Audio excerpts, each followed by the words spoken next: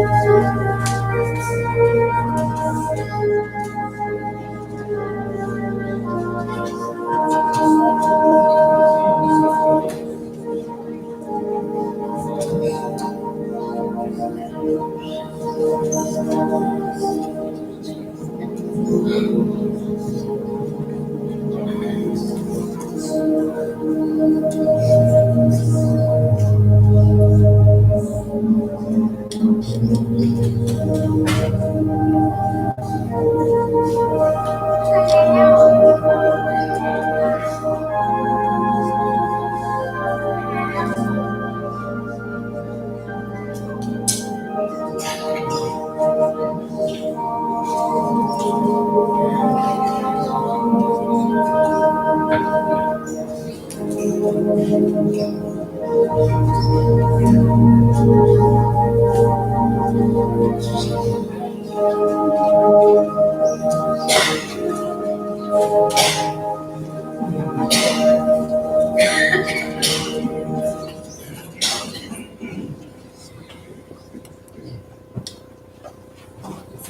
almal. Kan julle my hoor as ek so met julle gesels? Ja. Ek is so naby aan julle dat ek skree eers nie. Baie welkom aan elkeen die erediens. So jy kan sien die nagmaaltafel is in die middel. So eintlik sit ons almal vanoggend ook aan by die nagmaaltafel. Ek het nog gewonder om die stoele nader trek en gaan ons mense vra om aan die tafel te sit. Die rede hoekom ons kies om die nagmaaltafel in die middel te sit en nie bo ergens met 'n paar mense nie, is omdat ons sê ons sit almal saam aan tafel. So wanneer ons nou die nagmaal gaan gebruik hoor, dan gebruik ons dit saam. Wanneer ons saam met Christus aan tafel is, saam as 'n geloofsfamilie. Vanoggend wil ek vra FT, waar is jy? Waar is jy? Daar is hy. FT, is jy? Wag, kom sê eers wat het gebeur hierdie week. Dit was die eerste. Kom sê vir my.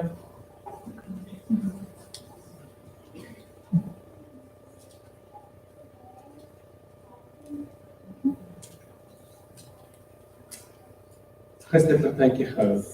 En hoe oud het jy geword? 6. Jy het ook nie.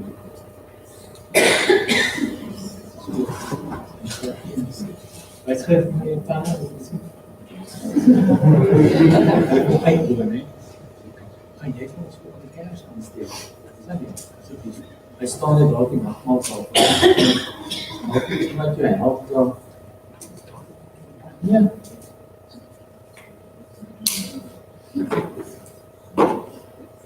Nee. Dat was vir ons preek. Ek kan nie sien nie, dit was. Dankie. Baie dankie. Soos wat 'n mens vir verjaarsdagkers aansteek om lewe te vier, so steek ons 'n kers aan in die erediens om ons aan lewe te herinner, die lewe wat ons in Christus vier. Die lig wat na die wêreld gekom het, herinner ons ook vanoggend dat Christus hier is. Die mededelings vertel vir ons 'n klomp goed, vertel vir ons wat gebeur in die week, wat het gebeur. Julle sal sien op die mededelings ook volgende Sondag ons Kersdiens. So vanoggend gaan die kinders weer oefen en ek moet hulle herinner dat wat moet hulle doen? Hulle moet gaan oefen. Nee, hulle moet net volgende week. Dit help julle oefen vandag en kom die volgende week. Ja, dit maak sin, hè. So jy moet volgende week ook iets so wees dat ons kan sien wat gebeur. Dan was daar nog iets gewees. Dit is ook kategese afsluiting volgende week. So daar is 'n verrassing vir die kinders vir volgende week. Dit is ook net baie hoor nood. Wil ek net vir oom maar dit het ook sy naam gegee. Oom Eduard, wil ek ook net welkom sê, dankie. John het klaar gemaak verlede week, voorsleting met sy kontrak. Louis is op pad terug. Hy is die einde van die jaar, is hulle gesin die laaste week van die jaar kom terug. So intussen gaan ons 'n paar afgesê totdat Louis weer terug is. Hy het sommer dat weet, hy kan die 30ste kan hy preek ook. So nie net so, hy het sommer lus. Hy sê hy het soveel goeders geleer daar, hy wil dit sommer net heel goed. Dan omdat ons 'n familie is wat mekaar se vreugdes deel en ook in mekaar se hartseer deel en uitdagings, wil ek tog Sandra vir julle as 'n familie ook uitsonder. Hulle het hier 'n verskriklike moeilike week gegaan. Lara het 'n dogter matriek, was in 'n ongeluk en ek het die foto van die kar gesien. Dit het soos 'n koublikkie gelyk wat iemand opgevrom het. Sy het seer gekry en ek onthou toe ek wil met jou praat, ek net sê het maar sy lewe. En hoe dat sy bewusteloos was en dat die grootste seer wat sy gekry het is eintlik maar die merk in die been. Kom maar sê 'n merk, dit is 'n wond man. En sy het 'n dag of twee daarna het sy gaan eksamens skryf met 'n druk aan. So hulle is getuies van 'n wonderwerk wat hulle beleef het. En ons is saam met julle dankbaar vir dit wat die Here ook gedoen het, deur haar toe te vou en te beskerm. En ons wil vir julle ook opdra as 'n familie, waar julle in hierdie tyd ook hierdie stuk trauma gaan verwerk. Mag julle ervaar dat God selfs met hierdie pad met julle stap. Baie sterk vir julle. Ek ons met 'n biding gesit, dis net 'n gebed. Here, dankie dat ons as 'n familie in Christus so by mekaar kan kom. Here, met die gelag, die stemme van kinders in omtrek, die tekens van die nagmaal voor ons. Here, maar wanneer ons so by mekaar kom, dan weet ons ook, daar is nie net vreugde in ons hart nie. Ons sit ook, soos ek ons hier is, met onsekerhede, met 'n stuk skrik, en seker, bang, wat ons ook dalk in ons ronddra. Vanoggend wil ek na u toe kom, Here, en vir u dankie sê dat u vir Lara gesien het, dat u by haar was, en dat u haar veilig weer by haar huis, by haar gesin laat aansluit het. Here, wanneer ons in hierdie week by haar huis aankom en met 'n normale dagse program afsluit, is dit ons gebed, Here, dat u ons sal herinner dat niks vanselfsprekend is nie. Dat lewe 'n gawe is wat uit u hand uitkom, en dat u ons sal help om dit te vier. Dankie, Here, dat ons ook in hierdie erediens vanoggend die lewe kan vier wat u vir elkeen van ons kan gee. Amen. God het jou so lief, dat hy sy enigste seun gestuur het na hierdie wêreld vir jou. Sodat almal wat in hom glo, nie verlore sal gaan nie, maar die ewige lewe saam met hom sal kan hê. God het sy seun na jou toe gestuur, nie om jou te veroordeel, maar sodat jy deur hom gered kan word. En daarom nooi hierdie God jou vanoggend om hier te kom ontmoet. Dat jy iets van sy liefde en sy onvoorwaardelike aanvaarding sal ervaar, so in geloofsfamilie. Genade en vrede vir jou. Kom ons staan en dan loof ons die Here met 164 vers 1 en vers 2.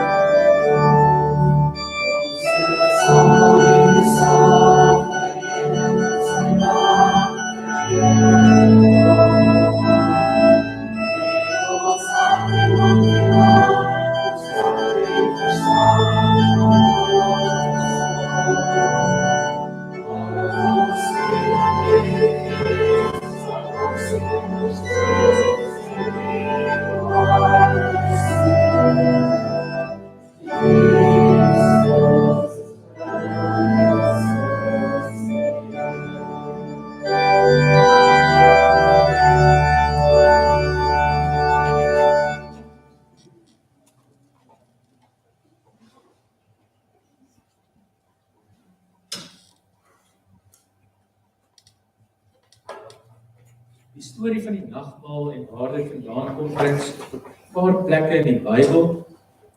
In Matteus 26 kry ons volgende verse: terwyl hulle eet, hulle was aan tafel, het Jesus brood geneem, en hy het die seën gevra, en daarna het hy dit gebreek en vir sy disippels gegee met die woorde, neem dit, eet, dit is my liggaam. Toe neem hy 'n beker, en nadat hy die dankgebed uitgespreek het, gee dit vir en sê, drink almal daaruit, want dit is my bloed, die bloed waardeur die verbond beseël word, en wat vir baie mense vergiet word, tot vergewing van sondes. Vir mense wat nie glo nie,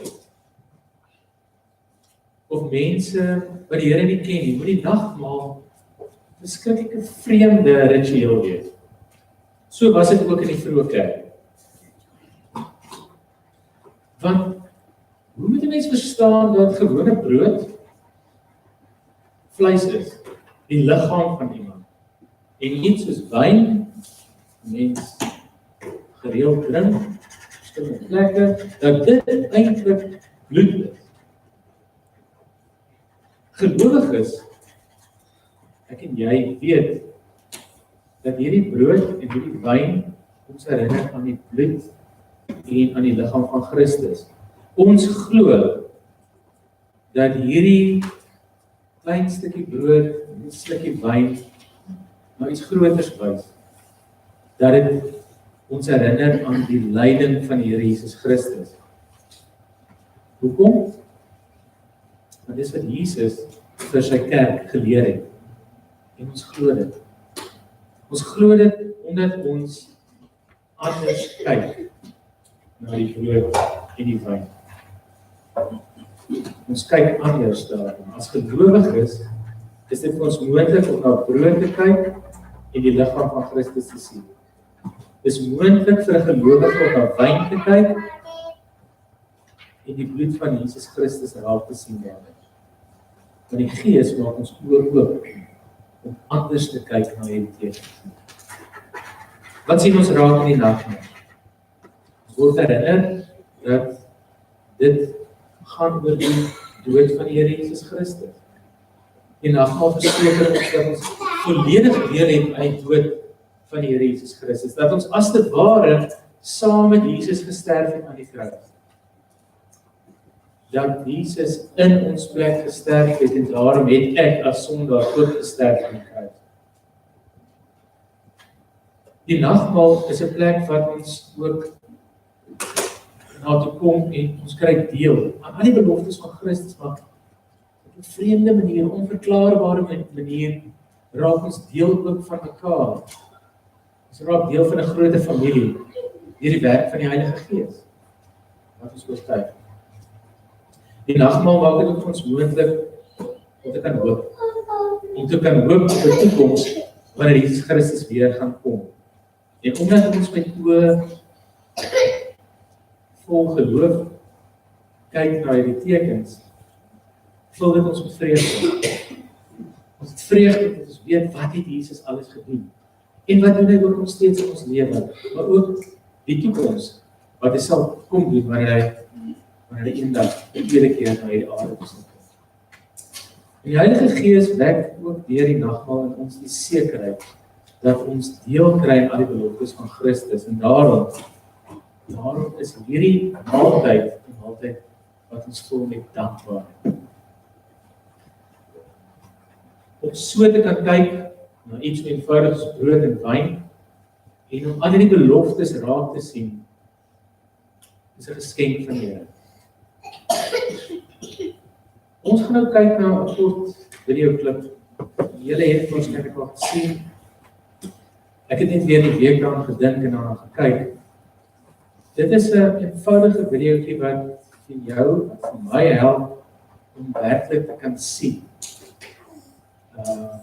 Al kan jy dalk nie sien, dat jy oop maak om anders te kyk. Om goed raak te sien wat jy dalk nie van tevore raak gesien het. Kyk daarna, neem dit saam met jou huis toe, en laat toe dat die Gees vir jou ook hierin met jou praat.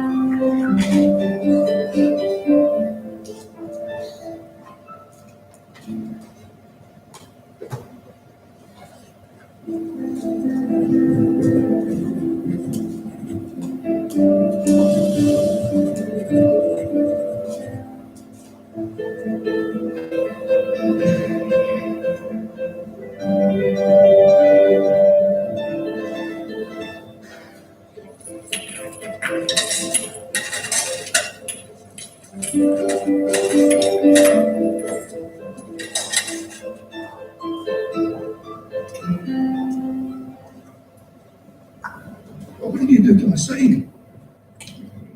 I wrote a saying, but in different words. That's all right.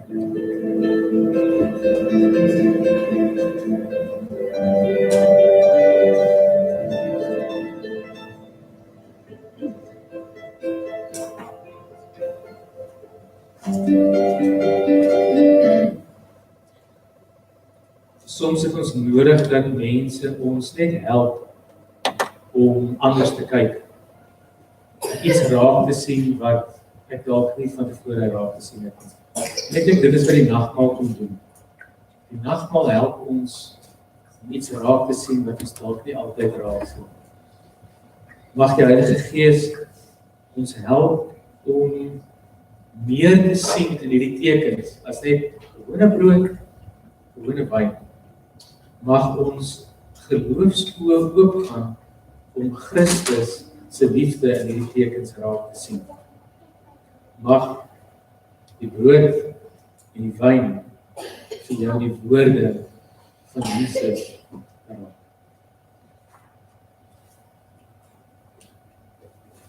Ek gaan dit so reël dat ons die tekens gaan uitdeel. Ons gaan dit elkeen ontvang, ons gaan dit hou soos wat ons daar sit. Ek wil vra dat die ouers, kinders verduidelik waar dit gaan. En daar's nie 'n kindermoment tydens 'n doop of 'n nagmaal nie. Ons hou die kinders in die erediens, dat julle dit saam is van hierdie vier en dan gebruik ons die tekens nadat ek die instellingswoorde gedoen het. Ek vra dat ons eers net die tekens uitdeel.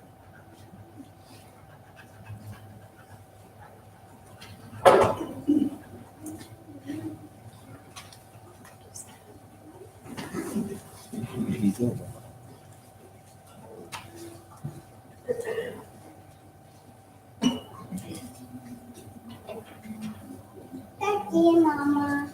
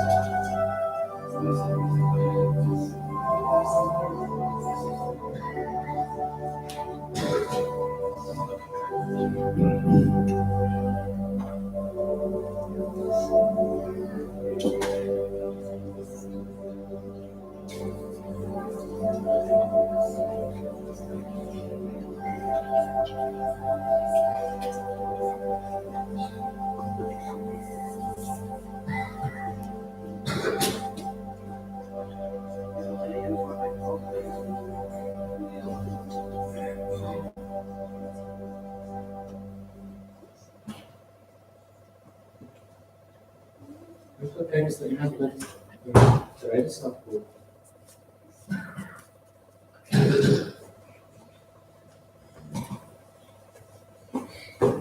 En iemand wat oorstaan met die brood?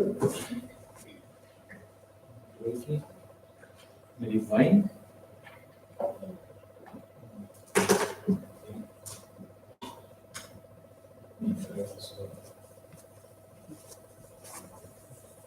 Terwyl ons nou die tekens gaan gebruik, dink daaraan, wat beteken dit vir jou? Wat sien jy? Wat ervaar jy? Waaraan herinner hierdie wyn en die brood vir jou? Wat beleef jy wanneer jy dit nou in die huis gaan voel en gaan proe?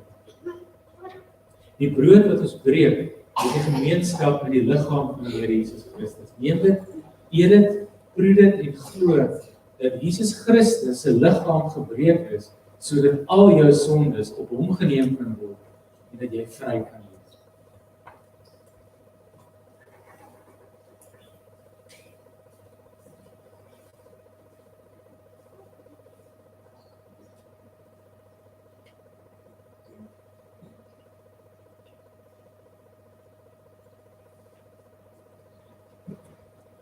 Die beker van danksegging is die gemeenskap met die bloed van die Here Jesus Christus. Neem dit, drink dit en glo dat die Here Jesus Christus se bloed al jou sondes afgewas het.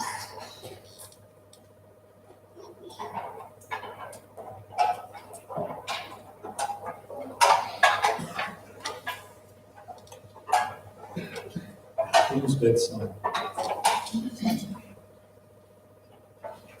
Here Jesus, met die smaak van wyn, druiwesap, brood in ons mond, kom ons na U toe en sê vir U dankie vir 'n geskenk waarvoor ons nie eintlik dankie voor kan sê.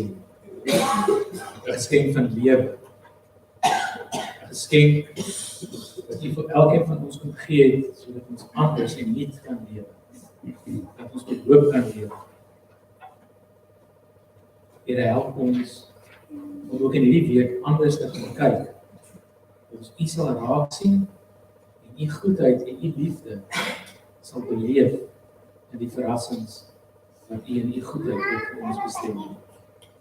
Ons bid dit in die naam van die Here Jesus Christus, die lewende opgestane Here, wat nou hier teenwoordig is en dat elke oomblik van die week wat voor lê, ook met ons sal wees. Amen. Ek gee nou vir ons vir die kinders, en hulle gaan oefen aan julle wyse manne en seker wyse die ooste. Weet jy wat se ooste?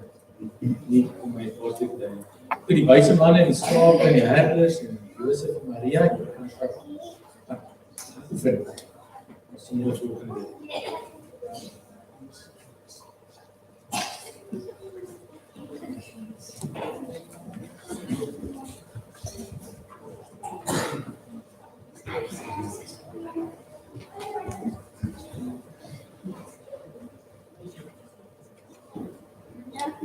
Lag maar sê mens nie, ek kry vir ons aankie voetjies. Kom ons sit so en dan sing ons lied 491, neem ons staan. Staan lied 491 vers 1, 2 en 4.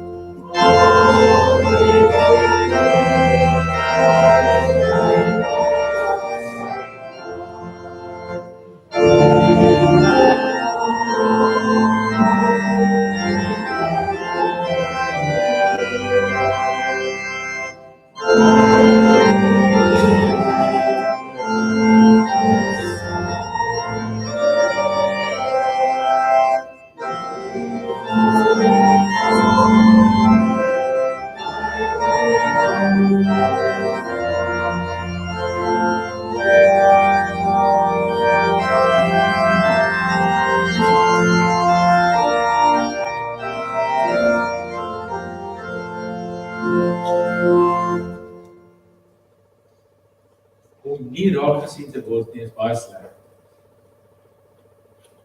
Dink maar, hoe dit moet voel as jy verby iemand loop op straat. Iemand wat jy ken. En die persoon stap verby jou en jy kan sien die persoon wil nie met jou oogkontak maak nie. Al stap jy net so 3 tree verby mekaar.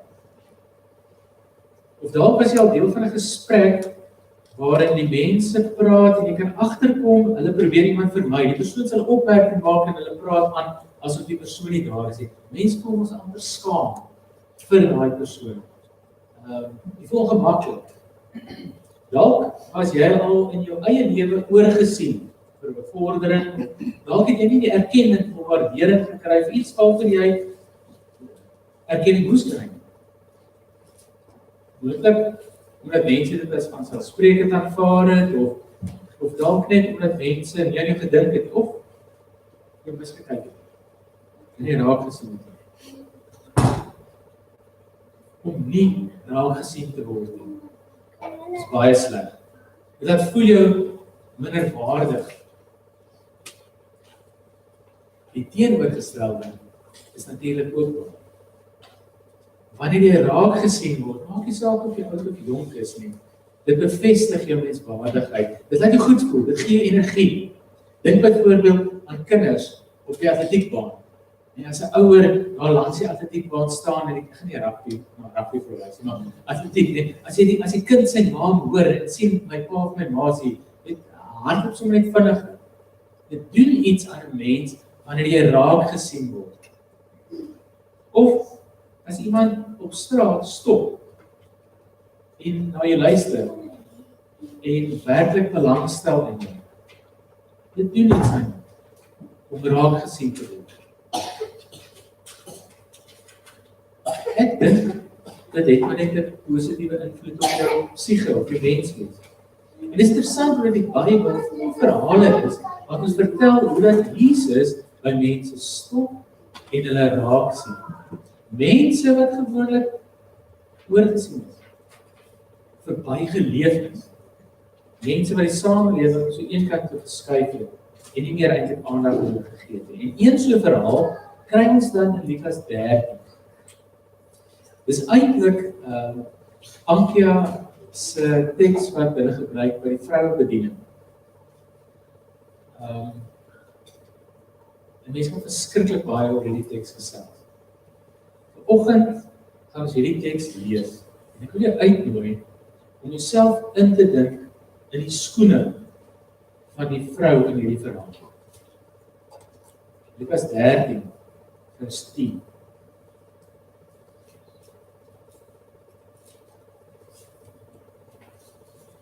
Een keer op 'n Sabbatdag was Jesus in een van die sinagoges besig om die mense te leer. Daar was ook 'n vrou wat al 18 jaar lank gelei het onder 'n bose gees wat haar heeltemal verswak het. Sy was krom getrek en kon glad nie meer regop kom nie. Toe Jesus haar sien, roep hy haar nader en sê vir haar: "Mevrou, jy is van jou gebrek verlos." Toe het hy haar die hande opgelê en sy het onmiddellik regop gestaan en God begin prys. Die hoof van die sinagoge was verontwaardig omdat Jesus op die Sabbat iemand gesond gemaak het. Hy sê vir die mense: "Daar is 6 dae in die week waarop 'n mens moet werk. Julle moet op een van daardie dae kom om julle te laat gesond maak, nie op die Sabbatdag." Toe sê die Here vir hom: "Julle huigelaars, maak elkeen van julle nie op die Sabbatdag sy bees of sy donkie van die krib los en lei hom weg om te gaan suik nie. En hier is 'n vrou, 'n kind van Abraham, 'n verbondskind, wat werklik al 18 jaar lank deur die Satan gebind is. Mag sy dan nie op die Sabbatdag van hierdie band losgemaak word nie?" Deur dit te sê, het Jesus al sy teenstanders wat skaam kry, maar die hele skare was bly oor al die wonderbaarlike dinge wat hy gedoen het. Dit is die woord van die Here.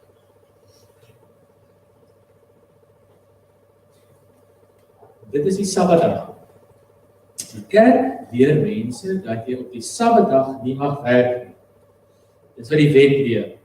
Mense moet sinagoge toe gaan, jy moet daar gaan leer wat sê God vir jou, jy moet God daar aanbid. Dit is die plek waar hierdie verhaal afspeel. Maar die rabbi wat hier leer is anders as die ander rabbies.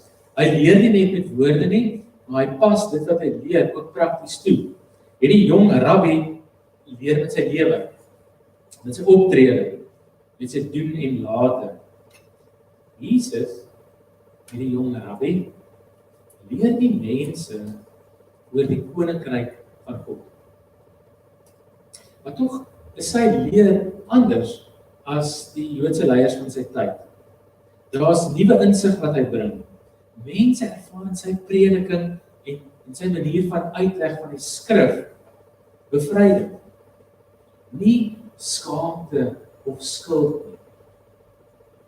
En dan word dit gedemonstreer met sy handeling teenoor hierdie vrou wat bykans 2 dekades lank krom getrek deur die lewe gaan. Dus die vraag, wie was hierdie vrou? Wie is hy?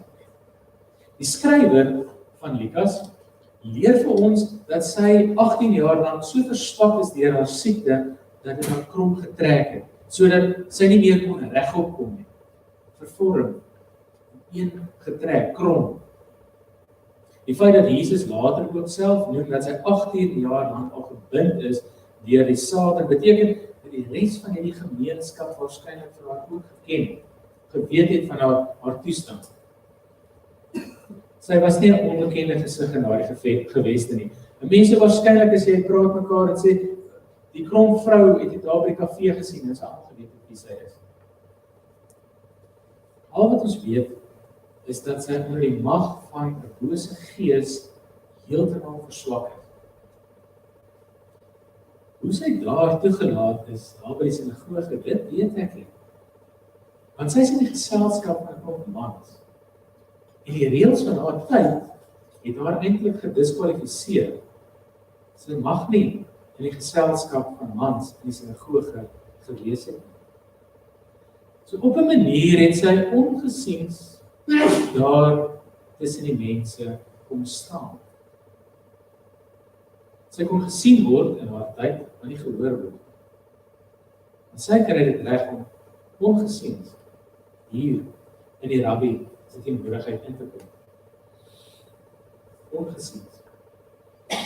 Niemand het haar meer raak gesien. En dan Jesus sien haar raak.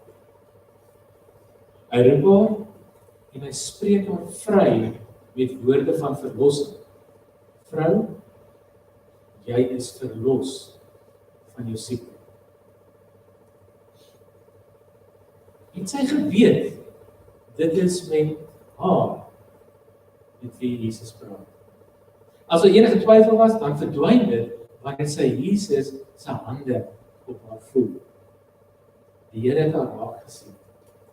Die Here vat aan haar. Dit is met haar, met wie hy praat. En dan gebeur daar vir my iets vreemds. Sy het onmiddellik regop gestaan en God begin prys. Die vreemde is nie vir my dat Jesus 'n wonderwerk gedoen het nie. Dit is ook nie vreemd dat Jesus demonstreer dat hy mag het oor die bose nie en oor Satan nie. Dit is ook nie vreemd dat die vrou regop gestaan het. Vir my is die vreemde dat hierdie vrou vir God begin prys. Hoekom? Hoekom doen sy dit? Wat gebeur dat sy besluit om juist dit te doen? Is dit omdat sy in die kerk, in die sinagoge genees is? Is dit omdat sy net so dankbaar was? Was dit sommer maar net omdat dit die eerste gedagtes wat by haar opgekom het na hoeveel jare se hoop en bid? Ek wil dit waag om te sê dat daar iets gebeur het wat nie in die teks staan.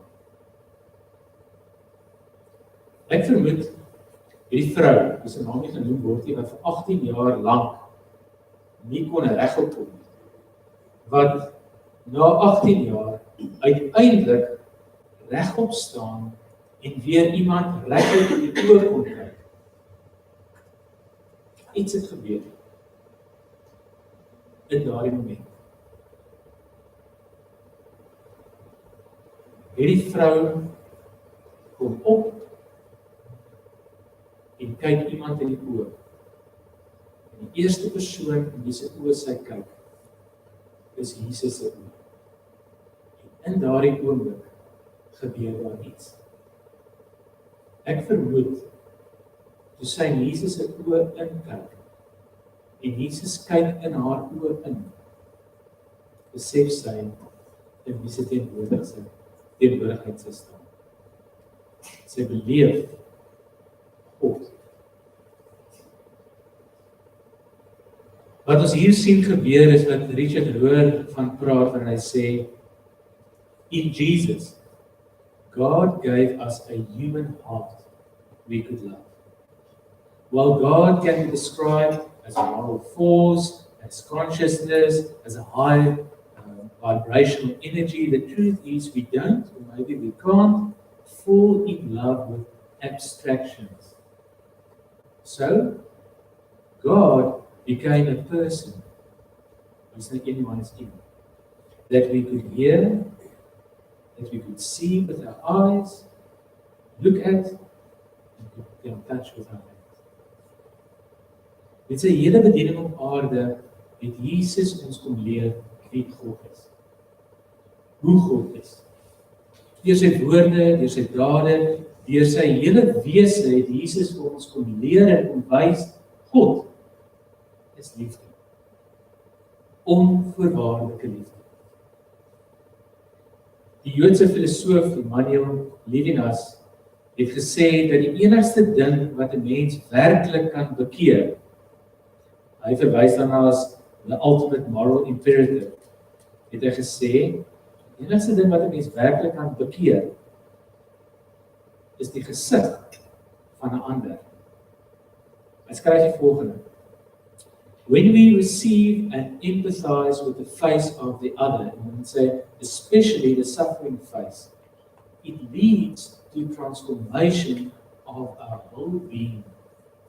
It creates a moral demand on our heart that is far more compelling than the 10 commandments. Just giving people commandments on tablets of stone doesn't change their heart. It may steal the will, but it doesn't soften the heart like a personal encounter does.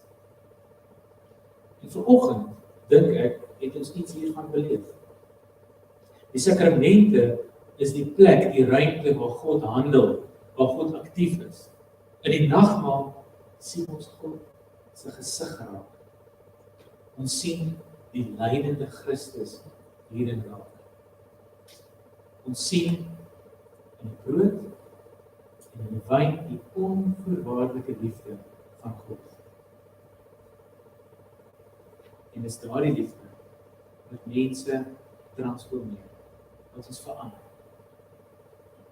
Dis wanneer jy as 'n sondaar, gebrokene, as 'n mens wat hoop verloor, iemand wat soek om raak gesien te word, dis wanneer jy die sagte oë van God raak sien, dat jy regop kan staan en God kan begin prys.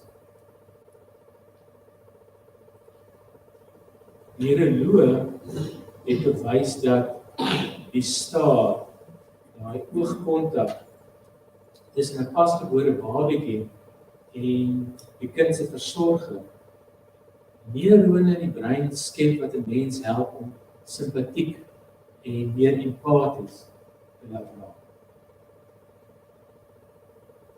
Die oogkontak tussen 'n ma en 'n klein babatjie help ons om fisies in die brein te verander, sodat ons 'n hart vir ander mense kan ontwikkel. Ons by die kerkraadsvergadering Dinsdag aand bietjie saam gedink en gesels oor hoe behoort die ideale kerk te lyk en te wees. Wat moet 'n mens in so 'n kerk doen? Wat moet 'n mens beleef in so 'n ideale kerk? En een van die kerkraadslede het 'n opmerking gemaak en gesê dat dit 'n ruimte moet wees waar ons God se sorg en liefde moet beleef. En sy het spesifiek daarna verwys deur die metafoor van 'n moeder te gebruik. Want God kyk na ons soos 'n ma. En dis presies wat James Finley sê. Luister die mooi stel. When God eases us out of God's heart into the earthly plane, God searches for the place that is most like paradise. And it's in the mother's gaze. In the mother's gaze, she transparently sacramentalizes God's infinite gaze of love, looking into the eyes of the infant. And when the infant looks into her eyes, it is looking into God's eyes, incarnated as her loving eyes. Dis nie mooi. Nou gaan hy verder deur te sê, when God gazes at us and we gaze at God, both of us light up. God lights up in the sense of the joy of being recognized by the one that God created in his own image and likeness for the very sake of this recognition. For us, it's a moment of intimate communion or oneness that feels like homecoming. Ek weet nie presies wat gebeur het toe daardie vrou in Jesus se oë gekyk het. Maar ek vermoed daar het in haar 'n lig geskyn. Toe sy gekyk het in die oë van die lig. Ek vermoed sy het in haar hart ervaar dat sy in die hart van Jesus ingekyk het op daardie oomblik. En dit was vir haar 'n tuiskoms. 'n plek van onvoorwaardelike aanvaarding en liefde. Mag ek en jy ook deur die lewe gaan. Mag ek en jy na ander mense gaan kyk, soos wat Jesus na ons kyk. En mag ons in die oë van ons naaste vir God raak sien. En mag ons naaste die Here God in ons oë raak sien. Wanneer ons na hulle kyk met sagte oë vol liefde en aanvaarding. Amen.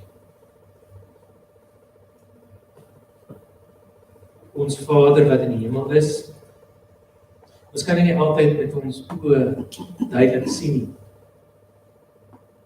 Tog skenk U ons genade oomblikke waarin ons bewus kan raak dat U na ons kyk. Deur 'n stukkie brood en 'n stukkie wyn. Deur die oë van 'n kind of sommer net die glimlag in 'n blom. Here God, dankie dat U vir ons sorg soos 'n ma. Dankie dat U ons koester en ons beskerm. Here, ons glo dat U elkeen van ons ken en dat U ons liefhet.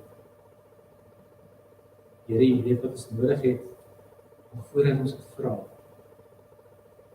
En vanoggend, Here, kom loof ons U, omdat U ons menswaardigheid kom herstel het deur die kruis.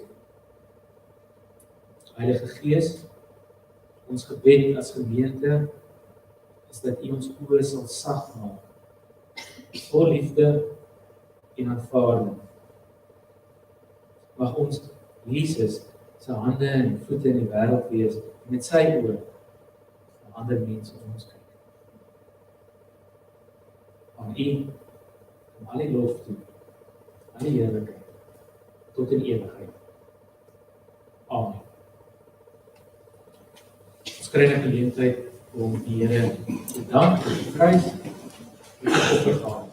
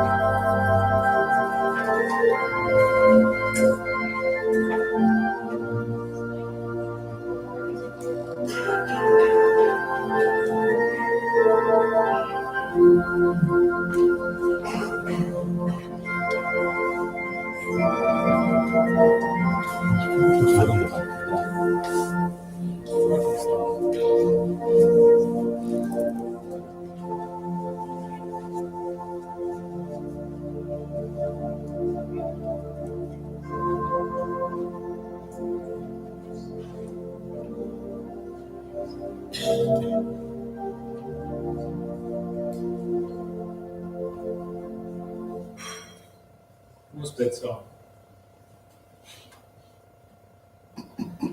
Ons almagtige hemelse Vader en Moeder, dankie dat U vir ons sorg. Dankie dat U na ons kyk met oë vol liefde en aanvaarding. Here, dankie dat ons weet dat ons nooit bang moet gevoel in U teenwoordigheid, dat U ons sal verwerk. En daarom vra ons, Here, dat U ons ook sal help met hierdie gawes wat ons van U ontvang het, dat ons dit sal gebruik ook in U koninkryk om ander wat U nie ken nie, of wat alleen voel, of verwerp voel, Here, U sal ontmoet ook deur die manier waarop hierdie gawes aangewend word in die koninkryk. Here, ons kom bied onsself ook dan nou aan in diens en tot diens van ander. Ons bid dit in die naam van ons drie-enige God, Vader, Seun en Heilige Gees. Amen.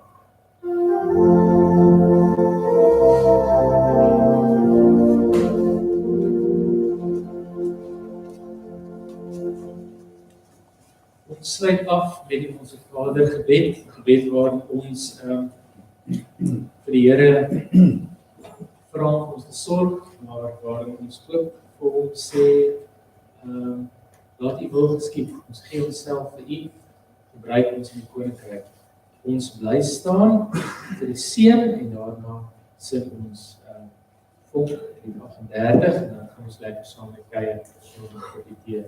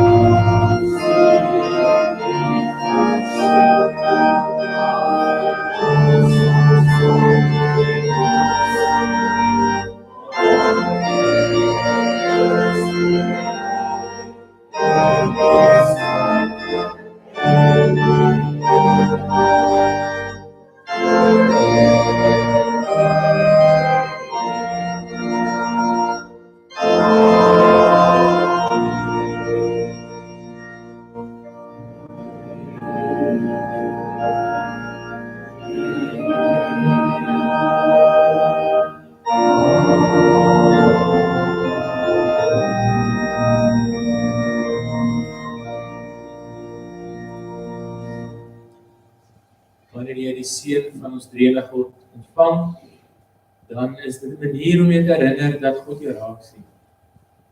Dat hy na jou kyk met oë vol liefde en dat hy wil hê dat jy hom moet ontdek en dat jy ook moet as te ware verlig word en dan daar 'n vreugde in jou moet wees wanneer jy in sy oë kyk.